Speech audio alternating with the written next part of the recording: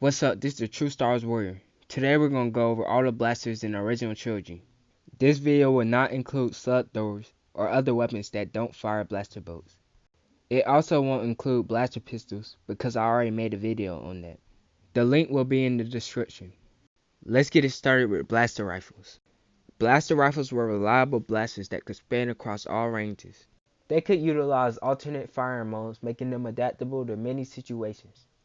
Most blaster rifles can take down armored enemies at a reasonable range, making them perfect for the battlefield. Blaster rifles can be broken up into different types, one being blaster carbines. Blaster carbines excelled at medium to medium-long range, but were outclassed by blaster pistols at shorter ranges. They could be fired one-handed, but were most deadly with two. Most blaster carbines were highly modifiable, having things such as removable scopes and detachable stocks. This made them very versatile and well-rounded. A common carbine blaster used by the Empire was the E11. It was a medium-range blaster but could compete at shorter ranges. It was as standard as blasters could get, but as I said before, blaster carbines are very modifiable. You could fire it regularly to spray at enemies in close encounters, or you could unfold the stock to fire it accurately across the battlefield. But the gun itself had an average fire rate, did moderate damage, and had a mediocre range.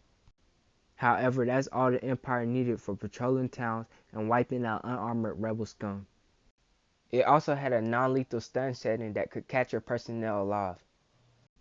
It was designed by Blastech Industries and modeled after the DC-15A. The model for the E11 was created from a Sterling SMG. The next carbine blaster we're going over is the E30. It was Boba Fett's weapon of choice. Probably because how light and steady it was, making it easy for him to shoot people while hovering on his jetpack. This blaster is on the smaller end, making it almost classified as a blaster pistol. But just by its size, it could fire rapid but inaccurate 3-round bursts across long ranges. Its accuracy wasn't terrible, but it took some skill to hit targets, making this not a blaster you give to ordinary troopers. Boba Fett put a stock on his E3 to make it more accurate. In Empire Strikes Back, the barrel of this gun looks vastly different.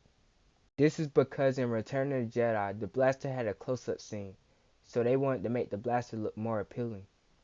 The Empire Strikes Back version is fan known as the ESB EE3. Even though this weapon was used by Boba Fett in the original trilogy, this weapon dates back to the Clone Wars. In the Clone Wars TV series, you can see the bounty hunter Suji wield one of these, but that's for another video. This blaster was also designed by Blastech Industries. The model was made from a Weebly and Scout No. 1 Mark I flare gun. Another type of blaster rifles are heavy blaster rifles. They're what you would expect. They're big, heavy, and packed a lot of punch. They excelled in open battlefields where you could just rain death on your enemies. They were used like real-world LMGs by helping allies by keeping the enemy at bay so their allies with lighter weapons could rush them. But don't get it twisted, these weapons were great at eliminating targets. They could wipe out whole squads of enemies. They were also great at hosing down choke points and spraying the enemy to make a great escape. The most common heavy blaster being the DLT-19 was everything you wanted in a heavy blaster, because that's just what it was designed to be, a standard heavy blaster, making them a support type weapon that suppresses enemies. And that's just what the Empire wanted, making them issue this blaster to many of their troops. It was manufactured by Blastech Industries and the model was made from an MG-34.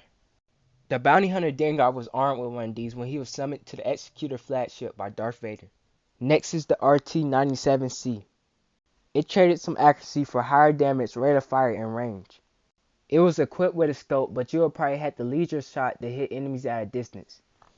It was a great blaster, but it wasn't standard enough to be as popular as the DLT-19 in the Imperial Army. It too was manufactured by Blastech Industries. Its model was made from an MG-15. The next type of blaster rifles are long blasters. The name comes from most of these blasters having a long barrel and decent range. A long blaster can be anything between a standard long blaster, sniper, or targeting rifle. Starting with standard long blasters, which was pretty much the assault rifles of the Star Wars universe. The first blaster we're going to go over is the A280, which is the standard blaster used by the Rebel Alliance. Rebels liked this weapon because it could pierce through unsuspecting Buckethead's armor. It also could shoot further ranges than the E11, making it easy for rebels to use guerrilla tactics. It also could fire an accurate 3-round burst across the battlefield. However, it was most accurate in its semi-automatic mode. The A280 can be seen on battles with many vantage points, such as the Battle of Endor. But don't get confused with the A280C, which was used on an open battle like the Battle of Hoth. In the 2017 Battlefront 2, the models are mixed up, which is pretty weird because in 2015 Battlefront, they had it right. So somebody tell EA to fix their game. The A280C was made to be a fully automatic A280. It lost some of its range, but still could outshoot an E11. This made it one of the saving graces for the Battle of Hoth for the rebels. Oh yeah, and there was the plot armor, but the A280C did help.